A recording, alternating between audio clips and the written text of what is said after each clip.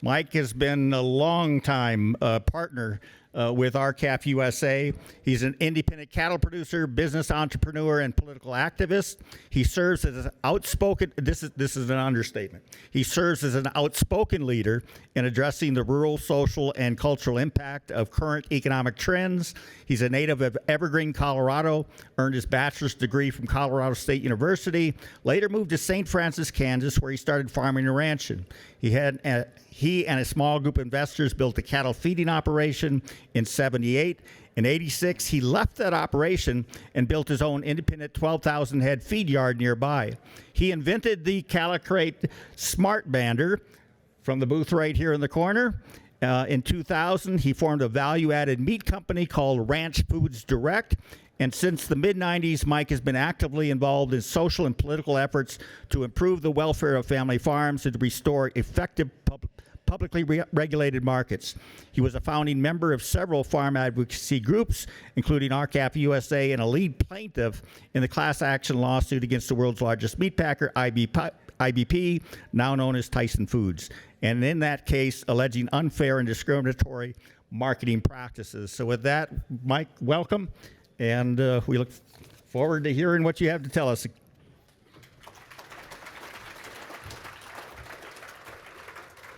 Thank you, Bill. I want to talk a little bit about some history, why RCAF.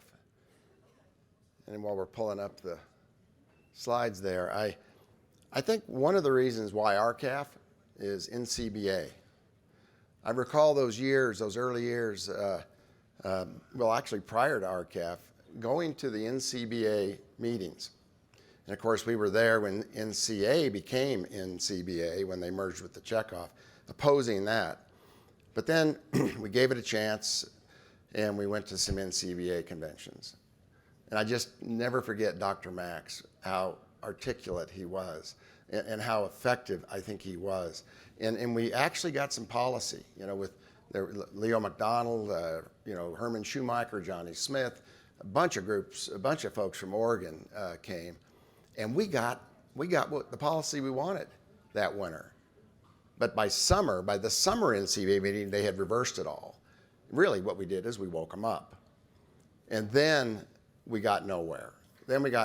So then, it was time to do something different. We decided, and so if you go back to where I really figured out there was an issue. It was this person right here, Kathleen Kelly. I was fussed up over what the packers were doing to cattle feeders. I knew they were cooperating. I knew they were delegating territory. I had a show list every Monday morning that I posted, and I had as many as 20 meat packers I could sell to. They didn't all show up every week, but I could call them, I could sell to them, and a lot of them did show up. But then they started dying off, and we knew why. I mean, IBP, the big meat packers, they basically forced them out of business. So I was really, really worrying a lot about concentration. And so there was one day in my office, a animal health supplier came by the name of Clint Jelm, and he drops this concentration report on my desk. He says, "Mike, you got to read this." I says, "Where'd you get that?"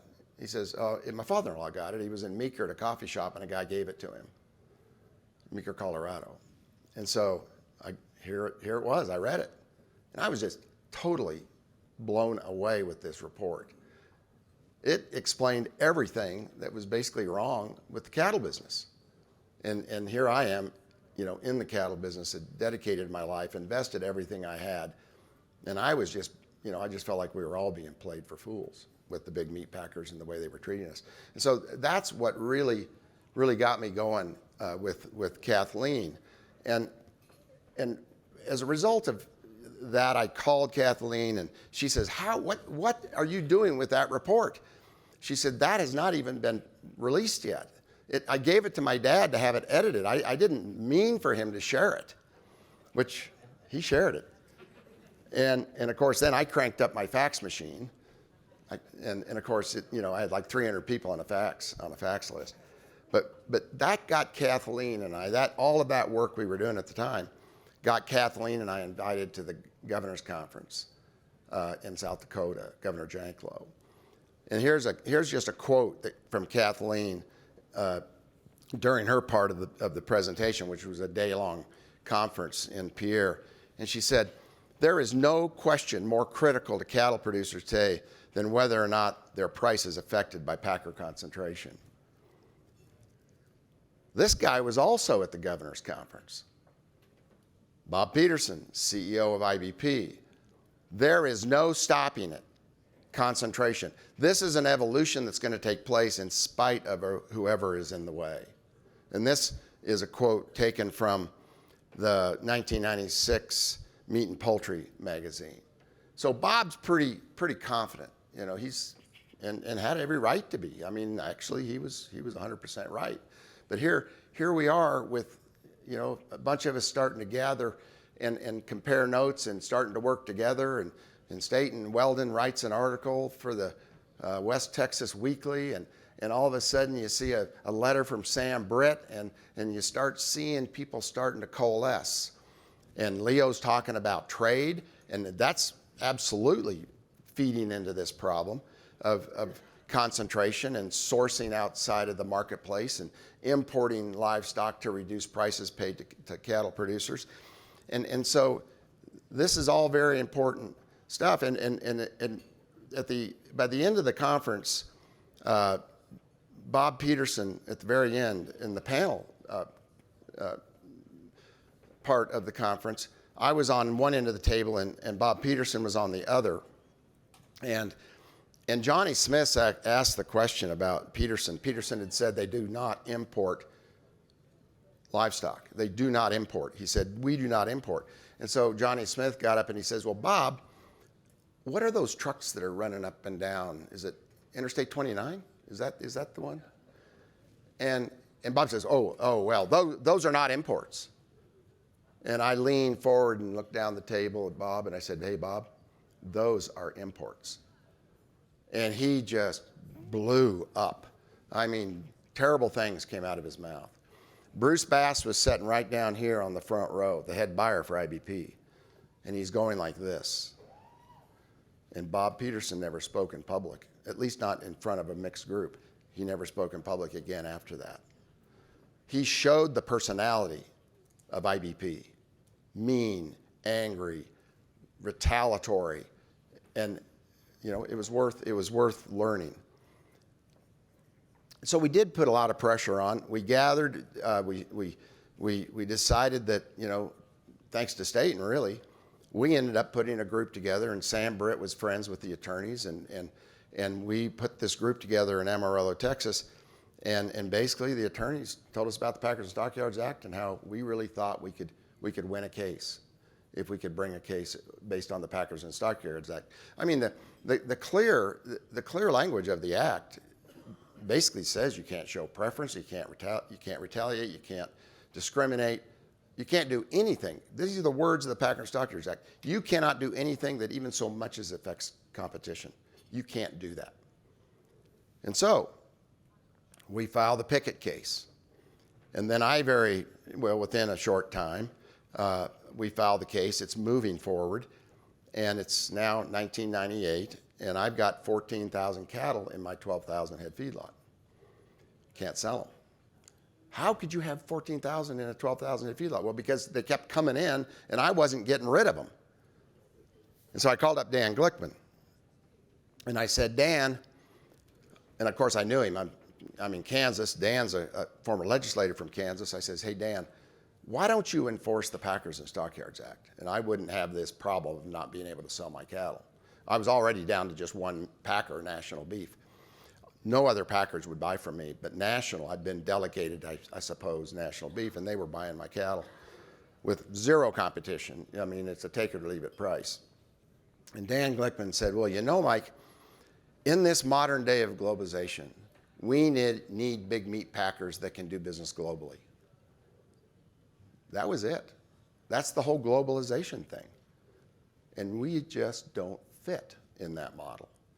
At least we don't fit as an independent producer receiving a competitive price for what we produce. So as time passed, finally, 8 years later, we end up in Montgomery, Alabama in the federal courthouse. And here's the picture of it was in the book too. It's in the RCAF 25-year book. But we got Van Davis, we got Sam Britt, we got Chris Abbott, Pat Goggins, Johnny Smith, Leroy Pickett, the named plaintiff in the case, Leo McDonald. My father-in-law is leading the charge into the courthouse there. My father-in-law, Sweet Callan. And so we are basically in a courtroom for right out 40 days, presenting the evidence. And what was interesting is all of this evidence that we had received and able to present to the court through discovery, there was not a single USDA person, a Packers and Stockyards person, any law enforcement person in the room for the government. Why? Why weren't they there? So they could learn how anti-competitive the markets are. So they could learn what the jury had learned during the case that gave us a jury award of $1.28 billion. Why couldn't the government have been there if those bureaucrats are such honest, hardworking people in the Packers and Stockyards division? They didn't show up. But the jury awarded us $1.28 billion, but that wasn't the important thing. We honestly didn't care at all about the money. We wanted the injunctive relief. We wanted a change in the behavior of these packers. We wanted them to stop stealing our livestock. The judge reversed the jury verdict. Of course, he gave them instructions that theoretically they couldn't have really decided the case based upon. They were instructions more in line with the Sherman-Clayton Act, which this is about producers. This is the Packers and Stockyards Act, our producers being harmed. Judge Strom was a Reagan appointee from Omaha, Nebraska, and he knew the cattle business. So he had replaced our earlier judge, Judge Albritton, who didn't know the cattle business, which would have been a better judge, actually, for us, because he could have come into it unbiased. And so basically, Michael Cadiz talks about the disasters of failure. What happens when a case fails? What happens when the judge reverses the jury verdict? Not only takes that jury verdict away from us, but made us pay Tyson's court cost of almost $80,000. That's a big reversal. But that wasn't all it did. It gave the green light. It totally gave the green light to the industry to pillage and plunder all they want. And they did. Absolutely did, because they knew they were never going to have to worry about any regulations or any antitrust enforcement. And so Herman Schumacher, South Dakota cattle producer, and I joined a case on box beef when they manipulated the prices of box beef. All four packers got together and manipulated the prices of box beef. I mean, you know the industry. We just kept going up and down and losing equity, losing everything we had from time to time. I mean, and it was just this horrible cycle. I mean, honestly, you got up every day in fear of your livelihood. Is this supposed to happen in America, that we get up every day as a hardworking, independent producer, a wealth creator, and you've got to worry every day when you get out of bed whether you're going to be in business? I lived through the 80s. Big problem in the 80s when they just took our places. They just, raised the interest rates, and if you didn't have the equity, they just took it away from you. And here we are again in the 90s, and here we are right now again today. And so anyway, we win the case. Yeah, we end up in the South Dakota court, and we win again in front of the jury. But how do you win when the appeals courts are loaded up with Reagan-appointed judges, dereg judges that don't believe in antitrust law enforcement? In the Pickett case, it went all the way to the Supreme Court, where they just refused to hear it, in favor of the Anna Nicole Smith Family Feud case. That did us all a lot of good to have that case figured out, right? And so anyway, the same thing in South Dakota. We win the case. We're going to hopefully get injunctive relief. We got a jury award. I can't remember how much it was, but it wasn't near like the Pickett case. But again, the case got reversed. On appeal, they reversed it. And then they attached Herman's house to pay for the attorney's fees of the bean packers. So Bill calls a meeting out there you know, where, Herman, where was your house at that time? It wasn't, was it Harriet? Was it in Harriet or was it Aberdeen? It was in Harriet, yeah. So you had two places at the time. And so I fly up to Harriet, and we basically embarrassed the hell out of Tyson. And you know, what a mean and terrible corporation this is, you know, to actually lose a court case and then try to take a man's house. And I mean, it was, I mean, that's why we did the news conference, thanks to Bill. He organized the whole thing. And then they backed off. But Herman was willing to lose his house. That's the thing that's important about the founders of RCAF, is they're willing to die if they have to get competition back into our industry.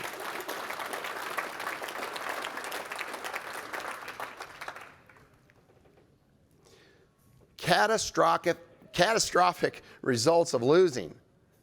Look at this. And Michael K just talks about, you know, the producer share of the consumer beef dollar. And this is something none of the economists could ever argue with, so they always try to just divert from any conversation about it. But it's really the proof. It's really the proof. What is the producer share of the consumer beef dollar? Well, here's a chart right here. Look at it. I mean, 1995, we'd already lost about 15% from the 65% we were getting in 75. But then once that Pickett verdict came in, and boy, I mean, it really got hammered. But in addition to that, it was okay for the cattle producer to get 35% of the consumer dollar. It was okay during the COVID or during the pandemic for the cattle producer to get 27% of the consumer dollar, and consumers pay, you know, ridiculously price gouging prices. And for Tyson and the big packers to price gouge the big retailers and the food service companies. All this litigation's been swirling around in every single meat category, and no injunctive relief yet. And the other big problem we have is when we settle cases without injunctive relief, we've done no good. We've let them off the hook. They've still got the market power to extract that loss or that fine or whatever penalty they were assessed. They can still have the power to extract it right back out of the marketplace, just like the Batistas did when they got fined in Brazil for bribing the government officials and meat inspectors. You know, they just took it out of the Brazilian cattle market in the next few weeks, actually. So this is something that we make a huge mistake in, and it's something I worry about even with the RCAF litigation today. Are we going to settle this case and just let everything remain the same? Or are we going to have some changes? And this is where we really need to bring Congress in. And this is where we really need to connect to the consumer and to consumer groups, Patty Lavera, those Food and Water Watch, these kinds of groups that can really give us power on the Hill. How did we meet Marty Irby with the Organization for Competitive Markets? We met Marty Irby, who is one of the most effective lobbyists, particularly on the right, in Washington, D.C. We met him because we aligned with the Humane Society going after the beef checkoff. How do we kill this beef checkoff and the income of the NCBA who's got their foot on our neck? Litigation. We never got a settlement in that case. We never even finished the case before it all got quiet. But that's how we met Marty Irby, and he's doing us an amazing amount of good today through the Organization for Competitive Markets. So here we are in the current administration. We've got a very experienced Secretary of Agriculture, not in a good way. And so he was asked the question, we're putting a lot of money out. We realized during the pandemic that we've got a real wreck on our hands. We can't feed ourselves. We don't have the infrastructure. It's fragile. It breaks very, very easily. During the pandemic, we had empty grocery store shelves all over the country. But those small little local regional guys never ran out of meat. At Radge Foods Direct, our company, we never had an empty shelf. We just cranked it, and we worked a lot harder. We called up USDA, and I said, can we just have a little longer day? See, we're under inspection. Can we have an extended day and not have to pay for it? Can we get a longer day, maybe even by a couple hours, so that our guys can get an extra break in perhaps, and we can get more produced? It took them about 5 minutes to respond, no. This is when the shelves are empty. No. Who do these guys, honestly, who do they work for? We know, don't we? We know exactly who they work for.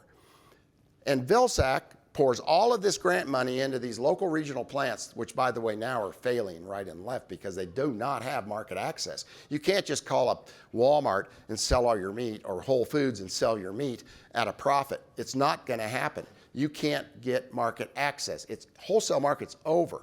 So the one thing that the USDA can do as one of the largest meat buyers in the world is buy from the local regional plants.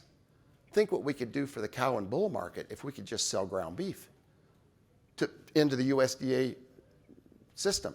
Military, school, whatever. They buy a lot of it.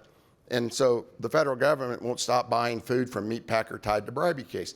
And Vilsack was explaining, he said, or just to read it, in 2019, as Brazilian meat packer JBS was proving itself as a leading global criminal, instead of protecting American citizens by revoking JBS corporate charters and grants of inspection for its many, many criminal violations, our federal government funded JBS with lucrative preferential meat purchasing contracts. JBS is a big winner in USDA trade war relief contracts. Millions. We gave millions of dollars as they were taking money out of your ranches and feeding operations. And so Herman and I were just talking last night, and Kathleen a little bit, and you're going to get to hear from them a little bit later, but I was just reminded about how bipartisan RCAF agreed to be on day one. We work with both sides. We can't win if we don't.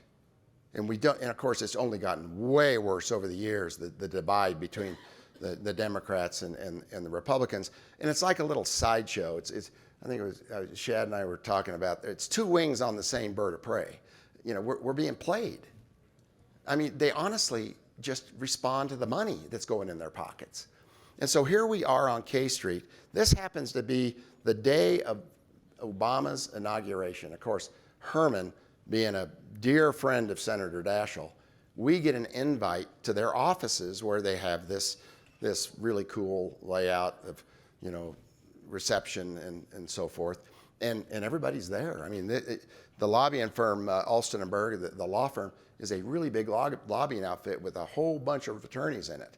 And so here we are in this big room in a big circle, and we're talking just about stuff in general. And I said, you know what? We're on K Street. And what I would like to see happen on K Street is that we get rid of all these lobbying firms and turn K Street into low-income housing. And of course, that's when the bristling started. And then I said what we need to do is we need to turn the mall into a garden so they can eat. And they all just sort of leaned in. And it was fixing to be a mess. And Daschle stepped right forward into a couple steps into it, and he said, "Stop it, Mike is right." And so I'm glad Herman reminded me of this. Here we have Senator Dole, my senator from Kansas. We have Senator Daschle, who was an absolute key ingredient in RCAF. Senator Johnson was too. Stock growers, unbelievable organization. Why are we in South Dakota? It's the stock growers. It's South Dakota's. I mean, this is amazing what work the stock growers have done. But this is what we've got to get back to. We've got to bring these politicians back in again, and we've got to get way, way more aggressive in getting what we want. And the more pressure we apply, we said this years ago, the more resistance you face. But boy, are we there right now. I think we just need to keep pushing and holding them accountable. Thank you.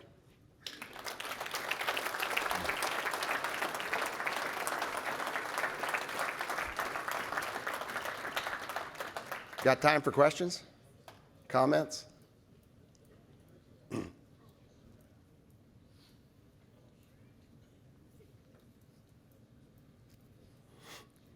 Good. Well, those lights are hard.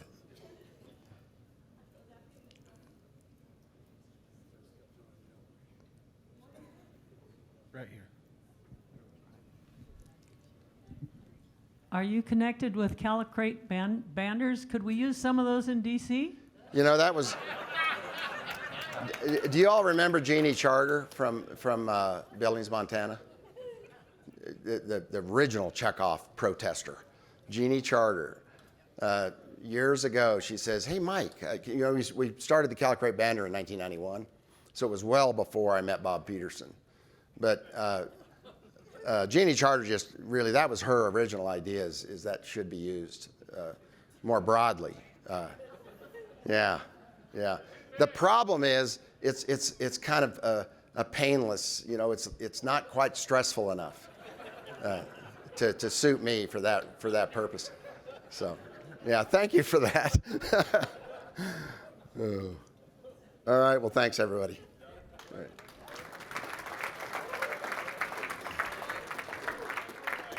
Hold on, Mike. No. So we need to take a break. So let's take a 10-minute break. Congresswoman Harriet, oh, wait a minute, there's a question. Yeah, okay, right. Frank. I'm sorry. Right here. Come on, Mike. Get All right, Frank. Every year, Farmers Union has a fly-in. Is there any way we could get together with them and have a fly-in together, or maybe get enough RCAF people to have a fly-in? Well, Frank, you know, we always do stuff with Farmers Union. I mean, they're our friends. I mean, as opposed to the Farm Bureau, and I think we've been pretty well participating in a lot of those because so many of our boards contain Farmers Union presidents and members and so forth. But man, I've been to Washington so many times. I just rather do the Patty LaVera thing, you know, and stay home and Zoom in. You know, I just, and you know, you're not supposed to say this because you're supposed to trust participatory government, but I have a hard time walking those halls of Congress and speaking with a staffer in the hallway who honestly doesn't care about being there, while the NCBA and Farm Bureau are in the members' conference room eating treats and drinking coffee and tea and talking to the member directly.